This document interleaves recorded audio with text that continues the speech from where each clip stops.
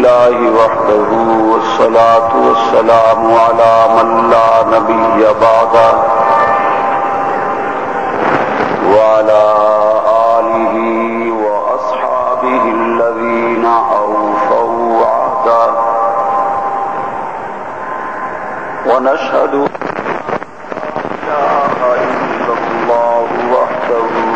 لا شريك له في الخلق والأمر ونشهد أن سيدنا ومولانا محمدا عبده ورسوله المبعوث إلى الأسود والأحمر لتتميم مكارم الأخلاق لا يخلق نبي ولا رسول بعده ولا أمة بعد أمتي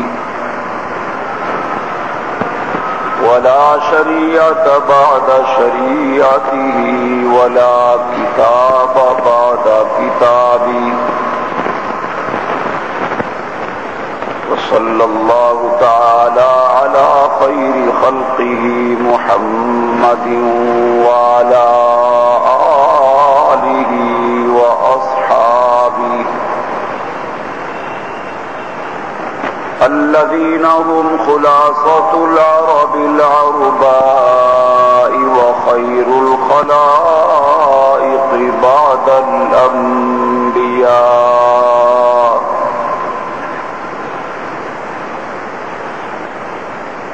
أما بعد أعوذ بالله من الشيطان الرجيم بسم الله الرحمن الرحيم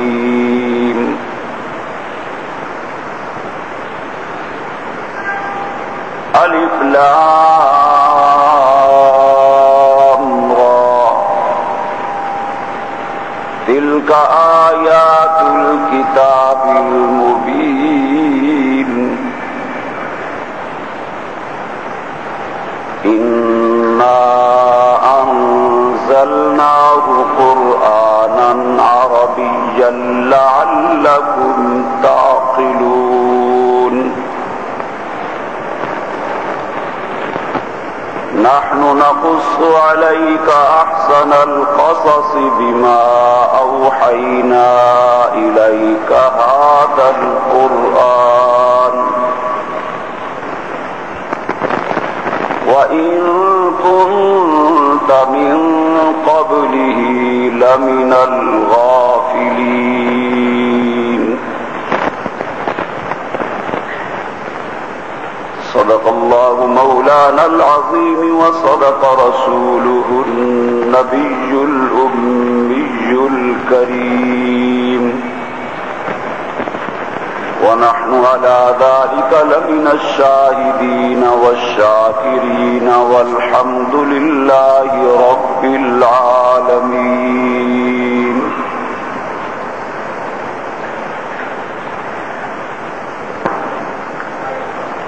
تمام حضرات اونچی آواز سے ایک دفعہ نماز والا درود پڑھ لیجیے اللهم صل على محمد وعلى آل محمد كما صليت على إبراهيم وعلى آل إبراهيم إنك حميد مجيد اللهم بارك على محمد وعلى آل محمد كما باركت على إبراهيم وعلى آل إبراهيم إنك حميد مجيد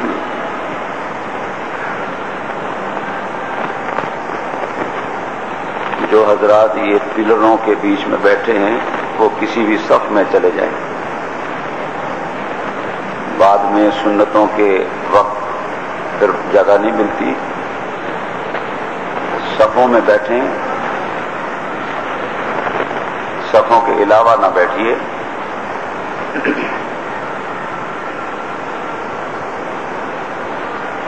قابل احترام بزرگوں، دوستوں، عزیز ساتھیوں،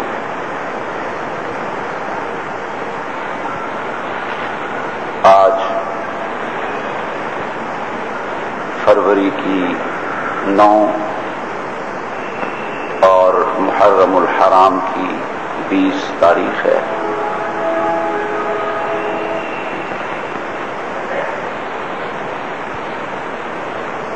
قرآن پاک کی سورہ یوسف کی ابتدائی چند آیات آپ کے سامنے تلاوت کی ہیں.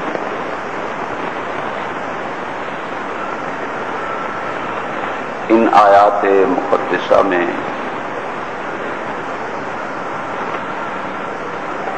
خدائے بزرگ و برتر نے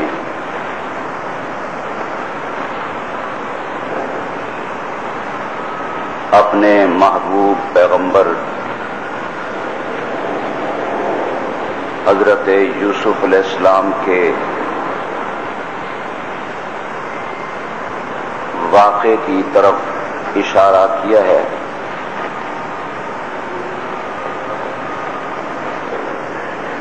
قرآن پاک میں بہت سارے انبیاء علیہم السلام کے واقعات بتائے گئے ہیں.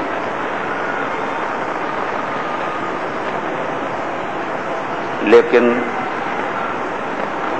ان واقعات کو بیان کرنے کا مقصد قصہ گوئی نہیں، پرانے زمانے کے واقعات صرف واقعے، قصے یا کہانی کے طور پر بیان کرنا مقصود نہیں، بلکہ ان واقعات کو بیان کرنے کا منشا اور مقصد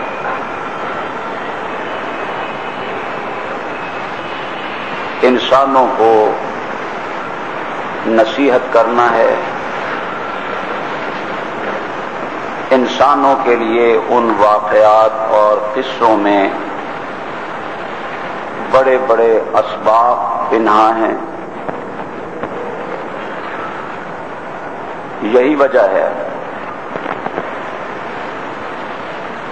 کہ حضرت یوسف علیہ السلام کے قصے اور واقعے کے علاوہ جتنے بھی واقعات بیان کیے گئے ہیں وہ کسی جگہ بھی پوری تفصیل اور ترتیب کے ساتھ بیان نہیں کیے گئے، بلکہ مختلف مقامات پر جتنے واقعے کی ضرورت پڑی اللہ نے اتنا واقعہ وہاں بیان کر دیا.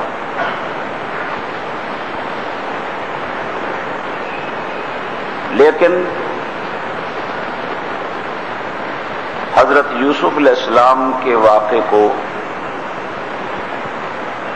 قرآن پاک میں ایک ہی جگہ پر تفصیل کے ساتھ اور ترتیب کے ساتھ اللہ رب العزت نے بیان فرمایا ہے.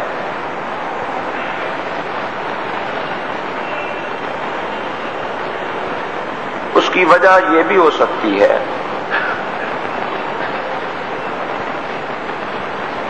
کہ قصہ گوئی،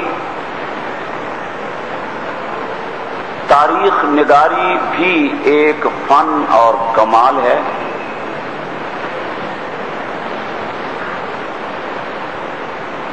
اور قرآن پاک اس واقعے کو ترتیب اور تفصیل سے بیان کر کے اس فن کے ماہرین کو ہدایات دینا چاہتا ہے، اور ساتھ ساتھ اس واقعے کے اندر بھی امت مسلمہ کے لیے بہت سارے اسباب، بہت ساری نصیحتیں موجود ہیں۔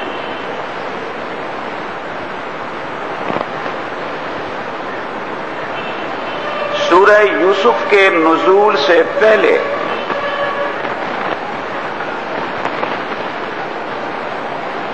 مشرکین عرب، یہود و نصارہ حضور اکرم صلی اللہ علیہ وسلم کی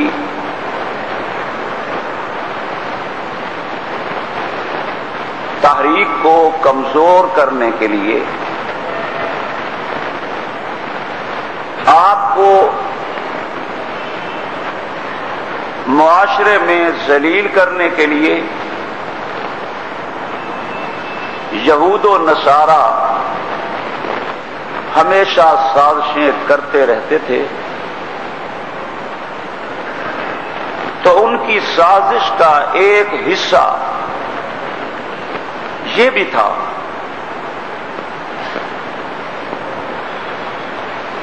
کہ ان سے سابقہ انبیاء کے ادوار میں جو واقعات رونما ہوئے، ان واقعات کے بارے میں سوال کیا جائے، چونکہ وہ خود تورات میں، انجیل میں، زبور میں وہ واقعات پڑھ چکے تھے، انہیں ان واقعات کا علم تھا۔ وہ یہ سمجھتے تھے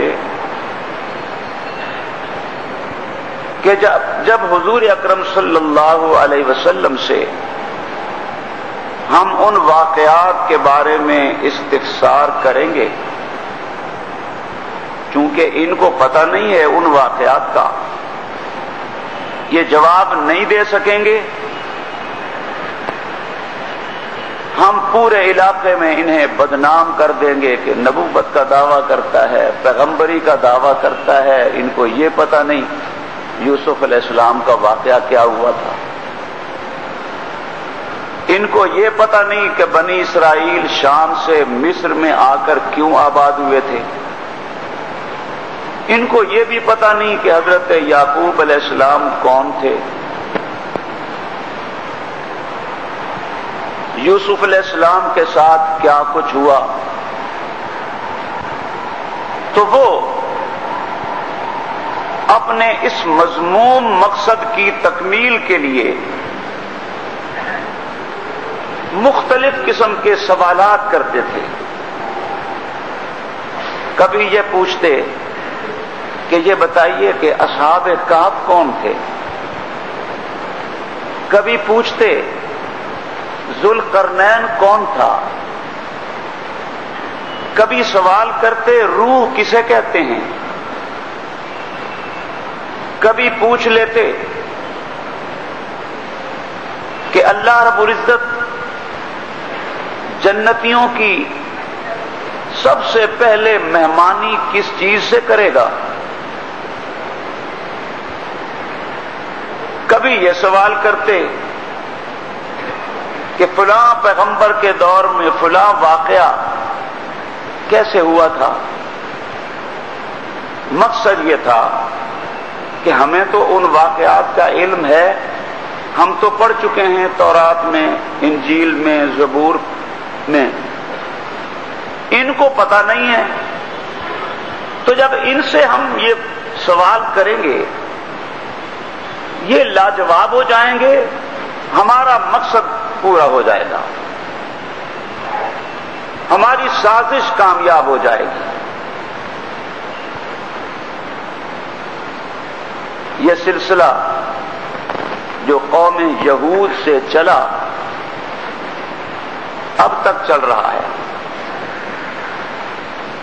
بعض لوگ 4 کتابیں پڑھ لیتے ہیں اور پھر وہاں پڑھنے کے بعد علماء کا امتحان لیتے پھرتے ہیں، حضرت یہ بات کیسے تھی، یہ واقعہ کیسے تھا، پڑھ چکے ہیں، پتہ ہے، پھر مولوی صاحب کا، امام صاحب کا امتحان لے لیں، ان کو بھی کچھ آتا ہے نہیں آتا، پوچھتے پھرتے ہیں۔ سابقہ قوموں کا زوال اور ان کی تنزلی کا ایک باعث یہ بھی تھا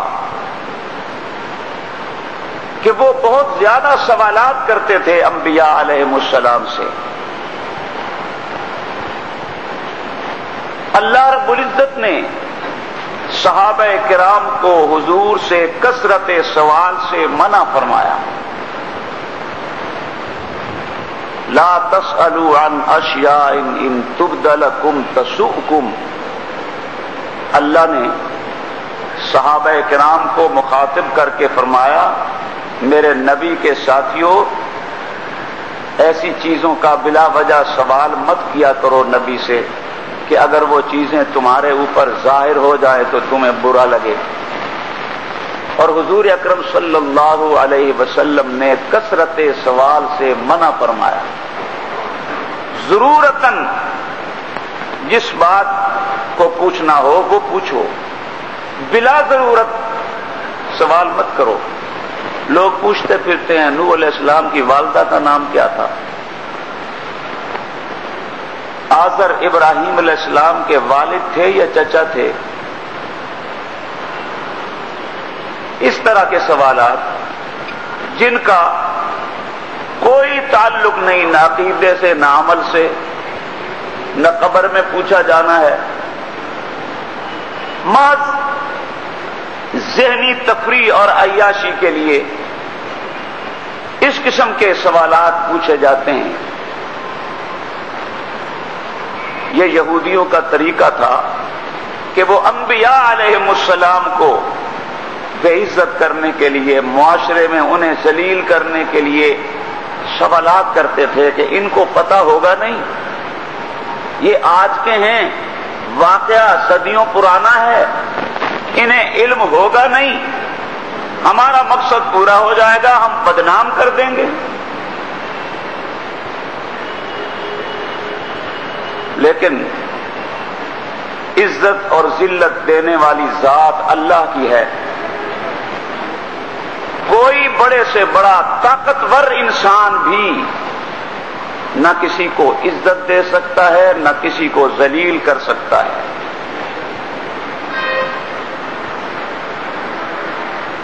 بلکہ ذلیل کرنے والے بعض اوقات خود ذلیل ہو جاتے ہیں۔ جسے اللہ نے عزت دینی ہے اسے کوئی ذلیل نہیں کر سکتا، وہ عزت پا کر رہے گا، اور جسے اللہ نے ذلیل کرنا ہے اسے کوئی عزت نہیں دے سکتا، وہ ذلیل ہو کر رہے گا۔ ایک جنگ سے واپسی پر رئیس المنافقین عبداللہ ابن ابی نے حضور اکرم صلی اللہ علیہ وسلم اور آپ کے صحابہ کو ذلیل کہہ دیا، جس پر اللہ رب العزت نے وحی اتار کر اپنے محبوب محمد الرسول اللہ صلی اللہ علیہ وسلم کو بتا دیا، میرے محبوب، یہ اگر آپ کو اور آپ کے ساتھیوں کو ذلیل کہہ رہا ہے تو اس کے کہنے سے کچھ نہیں ہوتا۔ ان العزت للہ ولرسولہ وللمؤمنین، عزت اللہ کی ہے، اس کے رسول کی ہے اور اہل ایمان کی ہے، اور یہ کفار و مشرکین ان کی کوئی عزت نہیں۔ دنیا میں پیسے کی بنیاد پر، حکومت کی بنیاد پر دولت و ثروت، عہدہ اور منصب کی بنیاد پر اگر 4 دن کوئی ان کی عزت کر لیتا ہے تو یہ کوئی عزت نہیں. عزت یہ ہے کہ اس کے پاس عہدہ کوئی نہیں، اس کے پاس منصب کوئی نہیں، وہ صرف اللہ کا محبوب ہے، اللہ کا پیارا ہے، متقی ہے، پرہیزگار ہے، صاحب ایمان ہے، سچائی کا پیکر ہے، کردار کا دھنی ہے. اس بنیاد پر لوگ اس کی عزت کرتے ہیں. تو اصل میں عزت یہ ہے. تو یہودیوں نے اپنے مذموم مقصد کی تکمیل کے لیے حضور اکرم صلی اللہ علیہ وسلم سے سوال کر لیا کہ حضرت یعقوب علیہ السلام کون تھے؟ آل یعقوب شام کے باشندے تھے، یہ مصر میں کیوں آباد ہوئے، کیسے آئے؟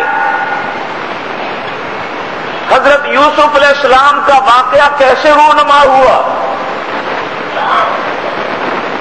یہ ذرا ہمیں بتائیں. تو نبی اپنی مرضی سے کچھ بولتا نہیں، اپنی مرضی سے کچھ کرتا نہیں. قرآن کریم بتاتا ہے وَمَا يَنطِقُ عَنِ الْهَوَىٰ إِنْ هُوَ إِلَّا وَحْيٌ يُوحَىٰ.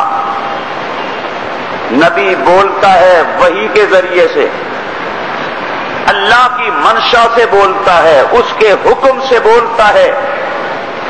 اپنی مرضی سے کسی کے سوال کا جواب نہیں دیتا. سوال ہوا حضرت یوسف علیہ السلام کے بارے میں. حضور اکرم صلی اللہ علیہ وسلم نے اپنی نگاہیں آسمان کی طرف اٹھا دی کہ پروردگار عالم مجھے تو علم نہیں ہے، تو بتائے گا تو میں ان کو کچھ بتا سکوں گا. تو میرے دل میں ڈالے گا، وہی بھیجے گا تو مجھے پتا چلے گا اور ان کو بتاؤں گا. اور اگر میں نے ان کو نہ بتایا تو ان کے ارادے بڑے خطرناک ہیں. یہ بدنام کرنے میں ذرا بھی تساہل نہیں کریں گے. تو اللہ رب العزت نے حضور اکرم صلی اللہ علیہ وسلم کو تسلی دی کہ میرے محبوب گھبرانے کی ضرورت نہیں، پریشانی کی کوئی بات نہیں. یہ تیرا امتحان لے رہے ہیں، میں جو تیرے ساتھ ہوں. تجھے اگر پتا نہیں تو مجھے تو پتا ہے. میں تو سارے اگلے پچھلے احوال کو جانتا ہوں، جو ہو چکا ہے اسے بھی جانتا ہوں، جو ہونے والا ہے اسے بھی جانتا ہوں. تیرا تعلق تو میرے ساتھ ہے. میں تجھے بتاتا ہوں کہ یہ واقعہ کیا تھا. میں تجھے بتاتا ہوں حضرت یعقوب علیہ السلام مصر میں جا کے کیسے آباد ہوئے. میں تجھے بتاؤں گا. اللہ نے وحی نازل فرمائی. الف لام را. سورہ یوسف شروع ہو رہی ہے.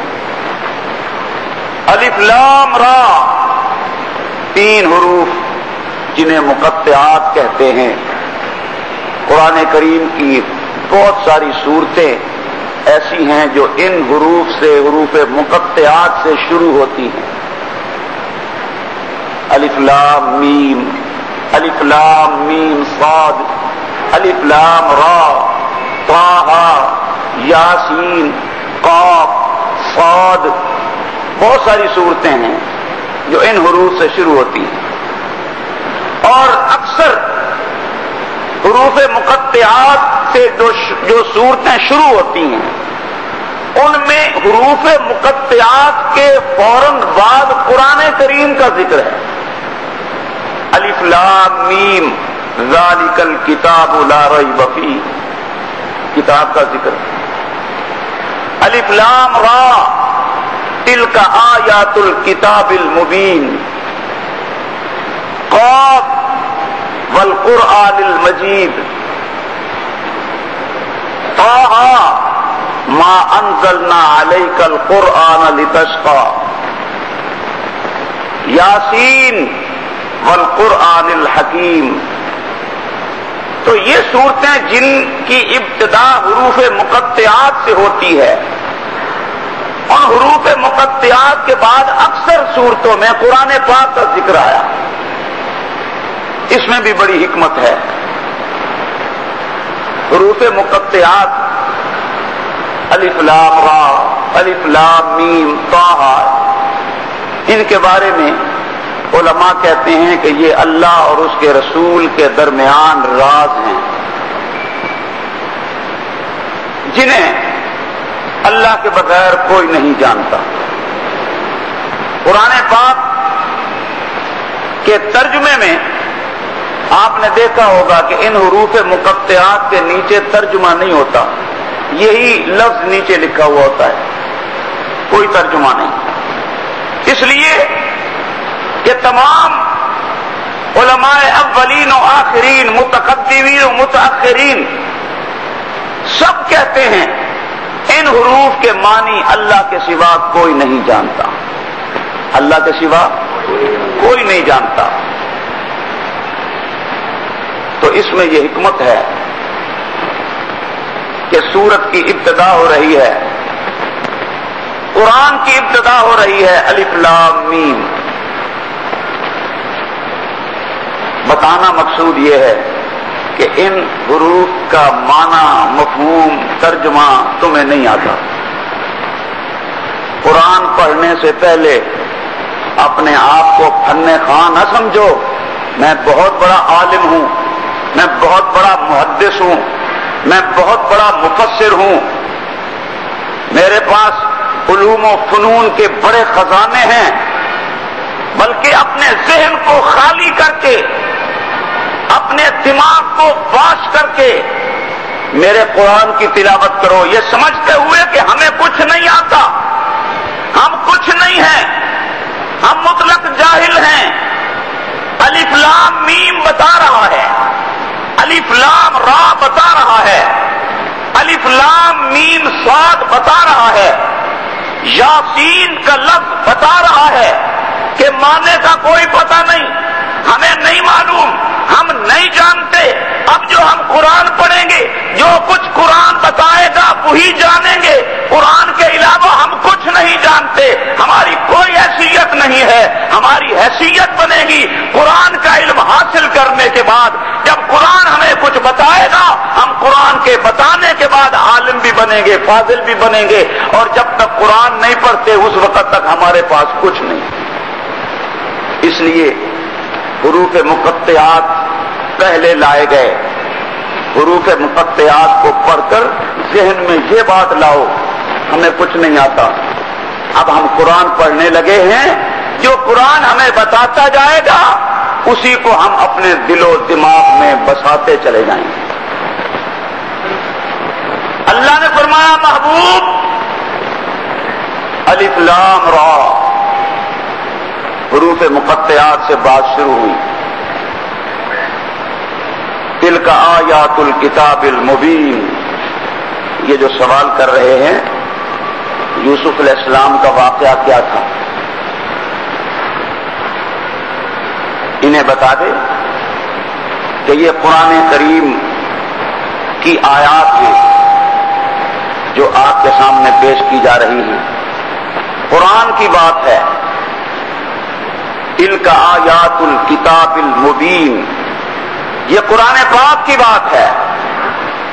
یوسف علیہ السلام کا واقعہ یہ کوئی ڈھکوسلا نہیں، یہ لوگوں کی بنائی ہوئی کہانی نہیں، یہ کوئی لوگوں کا تراشیدہ قصہ نہیں. یہ قرآن کریم کی واضح آیات میں بیان کیا گیا ہے. تلک آیات الکتاب المبین. مبین کا معنی ظاہر، اوپن، کھلا. کھلی آیات ہیں قرآن پاک کی، صاف واضح، کوئی ابہام نہیں. قرآن ایسی کتاب نہیں جو سمجھ میں نہ آئے. لوگ بات کرتے ہیں، واعظ بات کہتا ہے، خطیب تقریر کرتا ہے، بعد میں لوگ کہتے ہیں یار سمجھ میں نہیں آئی بات، پتہ نہیں کیا کہہ گئے، سمجھ میں نہیں آیا، تقریر تو بڑی اچھی تھی لیکن سمجھ میں نہیں آیا کیا کہا انہوں نے۔ اللہ کی کتاب ایسی نہیں کہ پڑھنے کے بعد پھر لوگ کہیں جی سمجھ میں نہیں آئی بات۔ تلک آیات الکتاب المبین، یہ کھلی کھلی باتیں ہیں، واضح باتیں ہیں، اوپن باتیں ہیں، صاف ستھری باتیں ہیں۔ وَلَقَدْ يَسَّرْنَا الْقُرْآنَ لِلذِّكْرِ فَهَلْ مِن مُدَّكِرٍ، اللہ فرماتے ہیں ہم نے سمجھنے والوں کے لیے قرآن کو آسان بنا دیا ہے، آسان کتاب ہے۔ اِنَّا أَنزَلْنَاهُ قُرْآنًا عَرَبِيًّا لَعَلَّكُمْ تَعْقِلُونَ، اللہ رب العزت نے فرمایا کہ ہم نے قرآن کریم نازل کیا تاکہ تمہیں شعور آ جائے، تاکہ تمہیں عقل آ جائے۔ جس کو شعور کی ضرورت ہے، جس کو علم و آگہی کی ضرورت ہے، اسے قرآن کا مطالعہ کرنا چاہیے، اسے قرآن سے رہنمائی حاصل کرنی چاہیے۔ اس لیے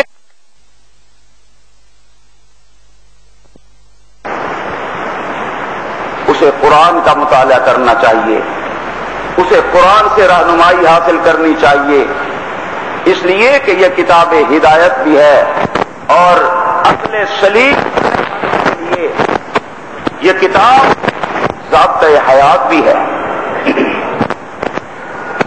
خداوند عالم نے فرمایا میرے محبوب نحن نقص علیک احسن القصص، ہم تیرے سامنے وہ بڑا پیارا، بڑا خوبصورت، بڑا حسین واقعہ پیش کر رہے ہیں۔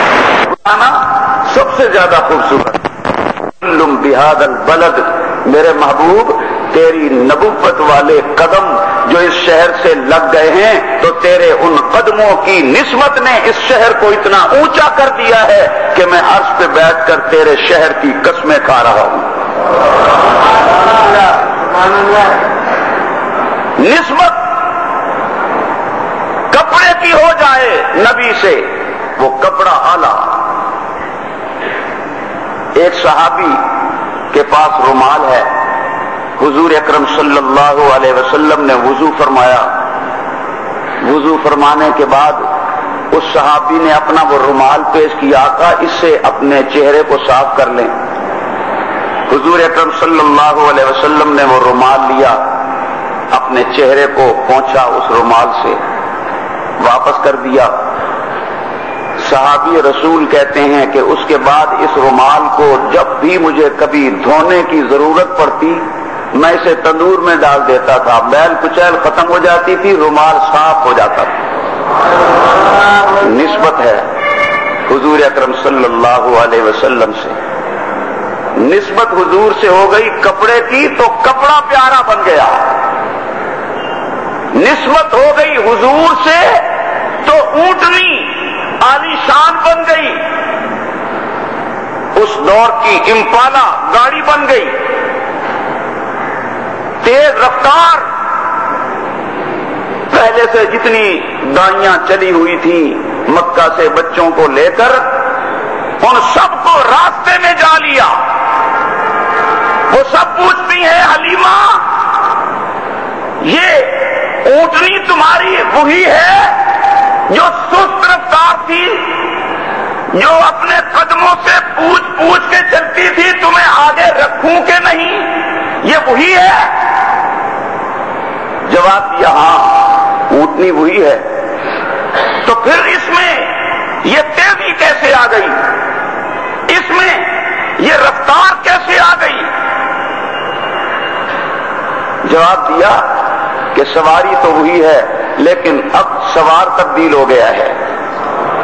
محمد الرسول اللہ صلی اللہ علیہ وسلم کو اب گود میں لیا ہوا تھا، سوار تبدیل ہوا، اب اس اونٹنی کی نسبت حضور اکرم صلی اللہ علیہ وسلم سے ہو گئی تو اونٹنی پیاری بن گئی، اونٹنی آلہ بن گئی۔ نسبت کا بڑا اثر ہے، نسبت حضور سے ہوئی تو مسجد اعلی بن گئی. مسجد نبوی مسجد ہے. دنیا میں اور بھی بہت ساری مساجد ہیں. گھر میں نماز پڑھو 1 نماز کا ثواب، مسجد میں نماز پڑھو 10 نمازوں کا ثواب. جامع مسجد میں جماعت سے نماز پڑھو 25 کا ثواب، اور مسجد نبوی میں نماز پڑھو تو 1 نماز پڑھنے پر 50 نمازوں کا ثواب. 50,000 نمازوں کا ثواب. یہ نسبت ہے. حضور اکرم صلی اللہ علیہ وسلم سے نسبت ہوئی تو نسبت کی وجہ سے چیز اعلیٰ بن گئی، عرفہ بن گئی. آب زمزم حاجی عمرہ کرنے والے جاتے ہیں، رج رج کے خوب سیر ہو کر پیتے ہیں اور پھر ساتھ بھی لے آتے ہیں. کیوں جی؟ اس میں کیا خوبی ہے؟ اس پانی میں کیا کمال ہے؟ اس پانی کے اندر کون سی عظمت ہے؟ جواب ملتا ہے تمہیں نہیں پتا، یہ وہ پانی ہے کہ جس پانی کی نسبت ایک پیغمبر کے ساتھ ہے. حضرت اسماعیل علیہ السلام کی ایڑیاں لگنے کی وجہ سے زمین سے یہ پانی نکلا تھا، جسے آب زمزم کہتے ہیں. بڑا پیارا پانی ہے. جب سے یہ پانی زمین سے نکلا ہے اس وقت سے لے کے آج تک اس پانی کا ذائقہ نہیں بدلا، اس کا رنگ تبدیل نہیں ہوا، اس کی خوشبو میں فرق نہیں آیا. بلکہ کہتے ہیں کہ اس کو بوتل میں بند کر کے رکھ دو، بھول جاؤ. سالوں بعد کی جب بوتل کو کھولو گے تو اس کے اندر کوئی بو نہیں آئے گی، اس کا ذائقہ نہیں تبدیل ہوگا، اس کا مزہ نہیں بدلے گا. ایک پیغمبر کے ساتھ نسبت ہے اس پانی کو، تو اللہ رب العزت نے اس پانی کو اتنا اعلیٰ، اتنا پیارا، اتنا عرفہ بنا دیا ہے کہ سال گزر گئے بلکہ صدیاں بیت گئیں. صدیاں بیت جانے کے باوجود آج تک اس کے رنگ میں، اس کے مزے کے اندر کوئی تبدیلی نہیں آتی. یہ نسبت ہے. پانی کی نسبت اگر نبی سے ہوئی تو پانی میں کوئی تبدیلی نہیں آ رہی. وہی نبوت والا رنگ، وہی مزہ، وہی ذائقہ اس میں آج تک موجود ہے. تو جن صحابہ کی نسبت حضور سے ہو گئی، اہل سنت والجماعت کا عقیدہ ہے کہ حضور اکرم صلی اللہ علیہ وسلم سے نسبت جب ہو گئی، اللہ نے ان کے قلوب و اذہان کو پھیر دیا. تو پھرنے کے بعد پھر تا دم زیست صحابہ کرام کے ایمان و عمل میں کوئی تبدیلی نہیں آئی. جو کچھ رسول اللہ سے سیکھا تھا آخری وقت تک اسی پہ کاربند رہے، اور ان پہ دنیا نے بڑے بڑے مظالم ڈھائے، بڑے بڑے شدائد کیے، لیکن اس کے باوجود ان کے ایمان و عمل میں، ان کے یقین و اعتماد میں کوئی تزلزل نہیں آیا. پانی میں کوئی تبدیلی نہیں آئی تو انسانوں میں کیسے تبدیلی آ سکتی ہے جن کی نسبت حضور سے ہو گئی ہو؟ ایمان لانے کے بعد صحابہ کرام کو بڑے مظالم کا سامنا کرنا پڑا، بڑے دکھ جھیلنا پڑے، لیکن ہر زمانے میں، ہر وقت، ہر جگہ ثابت قدم رہے. حضور اکرم صلی اللہ علیہ وسلم سے نسبت کی لاج رکھی. یہ حضور کے سپاہی تھے. یہ کون تھے؟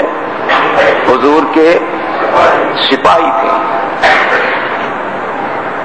میں فخر کے ساتھ کہتا ہوں وہ حضور کے سپاہی تھے جن کے نظریات میں، جن کے عقائد میں، جن کی سوچ میں، جن کی فکر میں کوئی دنیا کا طاقتور انسان بھی ظلم و جور کے باوجود تبدیلی نہیں لا سکا. میں فخر سے کہتا ہوں کہ وہ نبی کے سپاہی تھے، انہوں نے بھی ثابت قدمی کا مظاہرہ کیا، اور یہ صحابہ کے سپاہی ہیں، ان کے ساتھ بھی وہ کچھ ہوا کہ دنیا سن کے شستر رہ گئی، پولیس مقابلے، جھوٹے مقدمات، جیلیں، ہتھکڑیاں، بیڑیاں، مصائب، آلام، لیکن خداوند عالم نے یہ دکھا دیا کہ ان کی نسبت نبی سے تھی، وہ بھی ثابت قدم رہے، ان کی نسبت صحابہ سے ہے، یہ بھی ثابت قدم ہے۔ میرے دوستو، پابندیاں لگانا آسان ہے، ضلع بدریاں کرنا آسان ہے، پابند کر دینا آسان ہے، 4 شیڈول آسان ہے، لیکن طاقت ہاتھ پاؤں تو پاک سکتی ہے، نظریات، سوچ اور فکر کو کبھی نہیں تبدیل کر سکتی، نہ پہلے کبھی تبدیل کیا جا سکا، نہ آج تبدیل کیا جا سکتا ہے، اور انشاءاللہ تا قیامت اہل حق کے نظریات اور ان کی سوچ اور فکر کو کوئی جبر اور کوئی ظلم تبدیل نہیں کر سکتا۔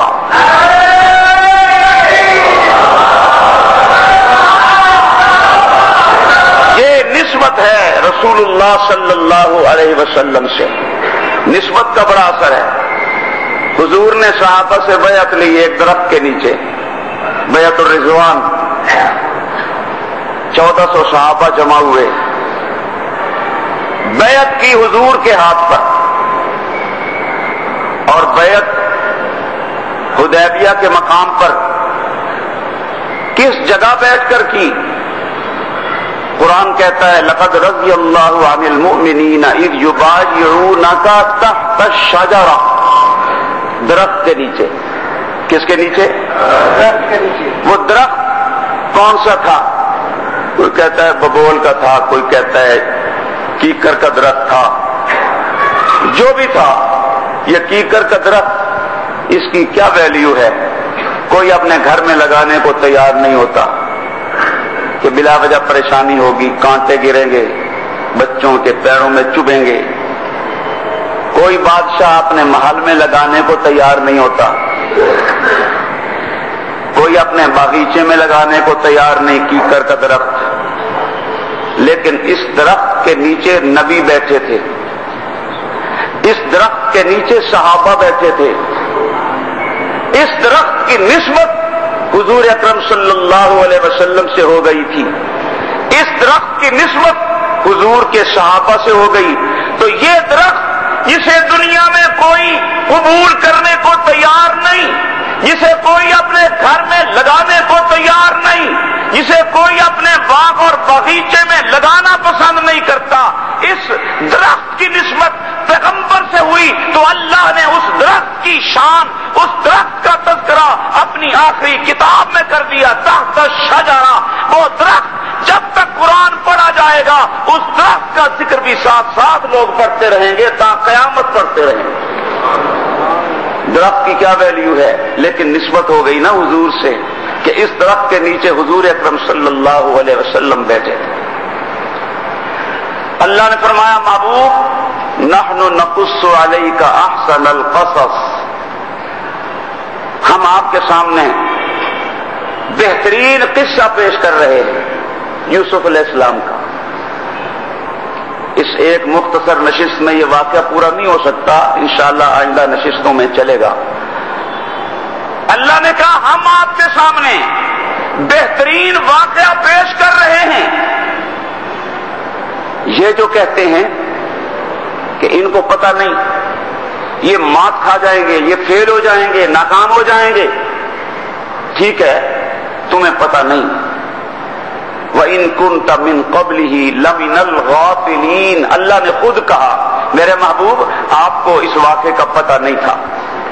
وَإِن كُنْتَ مِن قَبْلِهِ لَمِنَ الْغَافِلِينَ، آپ ناواقف تھے اس واقعے سے۔ میرے دوستو، یہاں عقیدے کی بھی اصلاح کرتے جائیے۔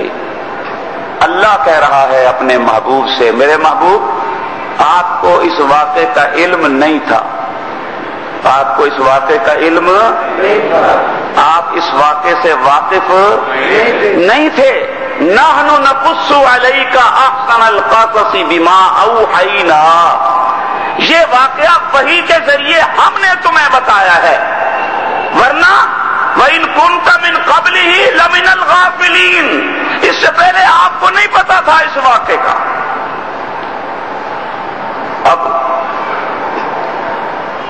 کہاں جائیں گے وہ لوگ جن کا عقیدہ یہ ہے کہ حضور صلی اللہ علیہ وسلم کو سب کچھ کا پتہ ہے، علم غیب، اور جو نبی کو علم غیب والا عالم الغیب نہیں مانتا اس پر فتوے گستاخ رسول ہیں، نبی کے دشمن ہیں. اب یہاں تو اللہ کہہ رہا ہے، نہ یہاں دیوبندی کی بات ہے، نہ بریلوی کی بات ہے، نہ کسی اور فرقے کی بات ہے. یہاں تو اللہ کہہ رہا ہے میرے محبوب وَإِن كُنتَ مِن قَبْلِهِ لَمِنَ الْغَافِلِينَ، میں نے جب تک تجھے یہ واقعہ نہیں بتایا تھا اس سے پہلے تک تجھے اس واقعے کا علم نہیں تھا. اللہ کہہ رہا ہے نا. گستاخی کا الزام کہاں کہاں لگاؤ گے؟ علم مصطفیٰ اور چیز ہے، علم غیب اور چیز ہے. علم غیب الگ چیز ہے، علم نبی اور چیز ہے. علم غیب خاصہ خدا ہے، اللہ کا خاصہ ہے، یہ اس کی خصوصیت ہے کہ علم غیب اسی کے پاس ہے. اور علم مصطفیٰ یہ عطا خدا ہے، یہ اللہ نے انہیں عطا کیا ہے. اور کتنا عطا کیا؟ حضور اکرم صلی اللہ علیہ وسلم فرماتے ہیں کہ اوتیت علم الاولین والآخرین، میں تمام اولین و آخرین کے علوم کا حامل ہوں. تمام اولین و آخرین کے علوم مجھے دیے گئے ہیں، لیکن تمام اولین و آخرین کے علوم کے بعد بھی اللہ فرما رہے ہیں کہ آپ کو اس واقعے کا پتہ نہیں تھا. جب یہودیوں نے پوچھا تھا روح کسے کہتے ہیں تو آپ نے فرمایا تھا کل بتاؤں گا. آج کیوں نہیں بتا دیا؟ آج بھی تو بتا سکتے تھے، کیوں نہیں بتایا؟ اس لیے کہ آج وحی نہیں آئی تھی، علم نہیں تھا. پوچھا صحاب کہف کون تھے؟ آپ نے فرمایا کل بتاؤں گا. آج کیوں نہیں؟ اس لیے کہ آج اس کے بارے میں وحی نہیں آئی تو علم نہیں ہے. پوچھا ذوالقرنین کون تھا؟ ہمارے علاقے کے ایس ایچ او کا نام ہے. یہ نہیں کہنا کہ ذوالقرنین ایس ایچ او ہے سر سید کا، یہ وہ اور ذوالقرنین ہے جس کا ذکر قرآن میں آیا ہے. حضور نے فرمایا کل بتاؤں گا. آج کیوں نہیں بتا دیا؟ اس لیے کہ آج علم نہیں، وحی نہیں آئی. حضور تو وحی آئے گی تو بولیں گے، وحی نہیں آئی تو آپ کو پتا نہیں، آپ نے نہیں بتایا. اسی طرح یوسف علیہ السلام کا واقعہ، اللہ نے فرمایا میرے محبوب میں بتا رہا ہوں، تجھے اس کا علم نہیں تھا، اب میں بتا رہا ہوں. اللہ نے اپنے نبی کو اولین و آخرین کے علوم دیے، لیکن علم غیب کا مالک اور حامل صرف اللہ ہے. وہ جب چاہتا ہے، جتنا چاہتا ہے، جتنی ضرورت پڑتی ہے اتنا علم اپنے نبی کو دے دیتا ہے. اور جو علم وہ اپنے نبی کی شان کے لائق نہیں سمجھتا وہ نہیں دیتا، اور جب ضرورت پڑتی ہے وہ دے دیتا ہے. ضرورت پڑی، یہودی بدنام کرنا چاہتے تھے، ضرورت پڑی تو اللہ نے دے دیا علم، بتا دیا. اور جب ضرورت نہیں تھی تو نہیں دیا. حضور اکرم صلی اللہ علیہ وسلم کو اللہ نے تمام اولین و آخرین کے علوم عطا فرمائے. کوئی عالم بنتا نہیں جب تک علوم نبوت سے استفادہ نہ کر لے. حضور کو جب علم نہیں ہے تو نہیں، جب اللہ نے دے دیا تو پھر اب اتنے بڑے عالم بن گئے کہ دنیا علوم و فنون کے معاملے میں جب تک رسول اللہ صلی اللہ علیہ وسلم کے سامنے زانوئے قلم مستہ نہیں کرتی اس وقت تک نہ کسی کو عالم کہا جاتا ہے نہ کسی کو فن کا ماہر کہا جا سکتا ہے. عالم کہلائے گا علم نبوت کی روشنی میں. یہی وہ علم ہے جس کے چشمے آج پوری دنیا میں ابل رہے ہیں. یہ دینی مدارس کے ذریعے سے مساجد کے ذریعے سے وہی علم ہے جو روشناس کرایا جا رہا ہے. اور اسی علم سے انسان بنتا ہے. اسی علم سے آدم میں آدمیت آتی ہے. اسی علم سے انسان میں کمال پیدا ہوتا ہے. اسی علم سے انسان فرشتوں سے اعلیٰ بنتا ہے. یہی وجہ ہے کہ غیر مسلموں نے ہر دور میں اسی علم کے چشمے بند کرنے کی کوشش کی, اسی علم کے سوتوں کو بند کرنے کی کوشش کی, اسی علم کے سرچشموں کو بند کرنے کی کوشش کی. ایسٹ انڈیا کمپنی کے نام سے جب 16ویں صدی عیسوی میں انگریز بر صغیر میں آیا تھا تو اس نے آنے کے بعد سب سے پہلا کام یہی کیا کہ دینی مدارس کو بند کر دو. صرف ایک دہلی شہر میں 1000 دینی مدارس تھے جن میں قرآن و سنت کی تعلیم دی جاتی تھی. انگریزوں نے ان سب کو بند کیا, ایک مدرسہ بھی نہیں چھوڑا. اور مساجد کا یہ حال کیا کہ مساجد کے اندر سور باندھے جاتے تھے. مساجد میں یہ لوگ گندگی پھینک دیا کرتے تھے, مساجد کو ناپاک کر دیا کرتے تھے, مساجد کو گرا دیا کرتے تھے. اس لیے کہ یہی وہ جگہ ہیں جہاں سے علم کی روشنی پھوٹتی ہے, جہاں سے قرآن پاک کی آواز لگتی ہے. اور اس آواز کے نتیجے میں مسلمانوں میں ایمانی قوت پیدا ہوتی ہے, مسلمانوں میں جہادی سوچ پیدا ہوتی ہے, مسلمان میں غیرت و حمیت دینی پیدا ہوتی ہے. اس لیے ان کو بند کر دو. یہ مسلمانوں کا کام نہیں, یہ انگریزوں کا کام تھا, یہ عیسائیوں کا کام تھا, یہ یہودیوں کا کام تھا, یہ مجوسیوں کا کام تھا. مسلمان اور مومن تو مساجد کی تعمیر کرتا ہے, مساجد کی تخریب نہیں کرتا. مساجد کو گرانا یہ مومن کا کام نہیں, مومن کا کام مساجد کو بڑھانا ہے, مساجد کی تعمیر کرنا ہے. میں نہیں کہتا, قرآن کہتا ہے انما یعمر مساجد اللہ من آمن باللہ والیوم الآخر. جو لوگ مومن ہیں, جو اللہ پر ایمان رکھتے ہیں, قیامت کو مانتے ہیں, قرآن کہتا ہے وہ مساجد کی تعمیر کرتے ہیں. انما یعمر مساجد اللہ, وہ مساجد کی تعمیر کرتے ہیں, وہ مساجد کی تعمیر کرتے ہیں. اور حضور نے فرمایا من بنا للہ مسجدا بنى اللہ لہ بیتا فی الجنہ. جو آدمی اللہ کا گھر بناتا ہے, مسجد کو بنواتا ہے, حضور نے فرمایا اللہ اس کا گھر جنت میں بناتا ہے. جو اللہ کا گھر بنائے اللہ اس کا گھر بناتا ہے. کہاں؟ جنت میں. اور جو اس کا گھر برباد کرے, اس کے گھر کو گرائے, اس کے گھر کو نقصان پہنچائے, اس کا گھر برباد ہوگا, یہاں بھی وہاں بھی. مومن کا کام مساجد کی تعمیر ہے. اور مساجد کو گرایا کس نے؟ مدارس کو بلڈوز کس نے کیا؟ تاریخ سے پوچھ لیجئے. بر صغیر میں انگریز جب آئے تھے, عیسائیوں نے جب یہاں فرود کیا تھا تو ان کے آنے کے بعد مدارس کو یکلخت ختم کر دیا گیا. کیوں؟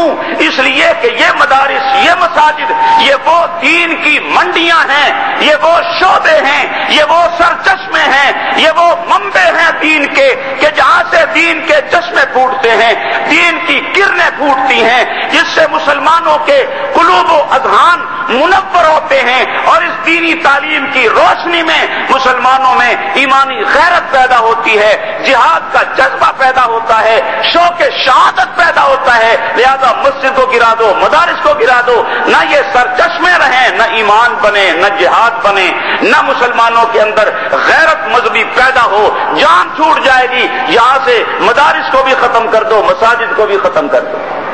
میرے دوستو، مسلمان کا کام مسجد کی تعمیر ہے، میری بات نہیں، قرآن کہہ رہا ہے۔ تو عزیز دوستو، بات دوسری طرف نکل گئی۔ بہرحال اللہ رب العزت نے حضرت یوسف علیہ السلام کے واقعے کو بیان کیا حضور کے سامنے، اور جب بیان کر لیا تو اب حضور صلی اللہ علیہ وسلم کو اس واقعے کا علم ہو گیا۔ میرے دوستو، آخر میں ایک گزارش، باقی باتیں انشاءاللہ بعد میں۔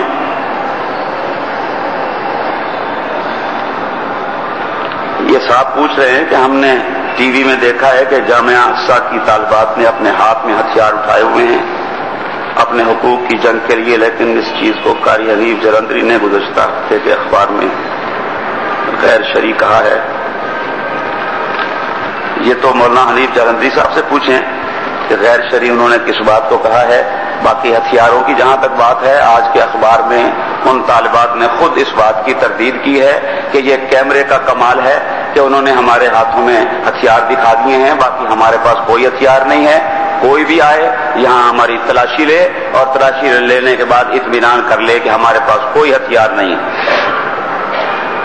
گزارش یہ ہے، میں نے پہلے بھی عرض کیا تھا کہ مسجد کی قالینیں جن پر لاکھوں روپے لاگت آئی ہے، تلاوت حمد و نعت علماء حق کی تقاریر کی سی ڈی اور دینی کتب کے حصول کے لیے تشریف لائیں جامع مسجد صدیق اکبر ناگن چورنگی، فون نمبر 0334 3427 180 0334 31424447۔ شکریہ۔ برابر اللہ اکبر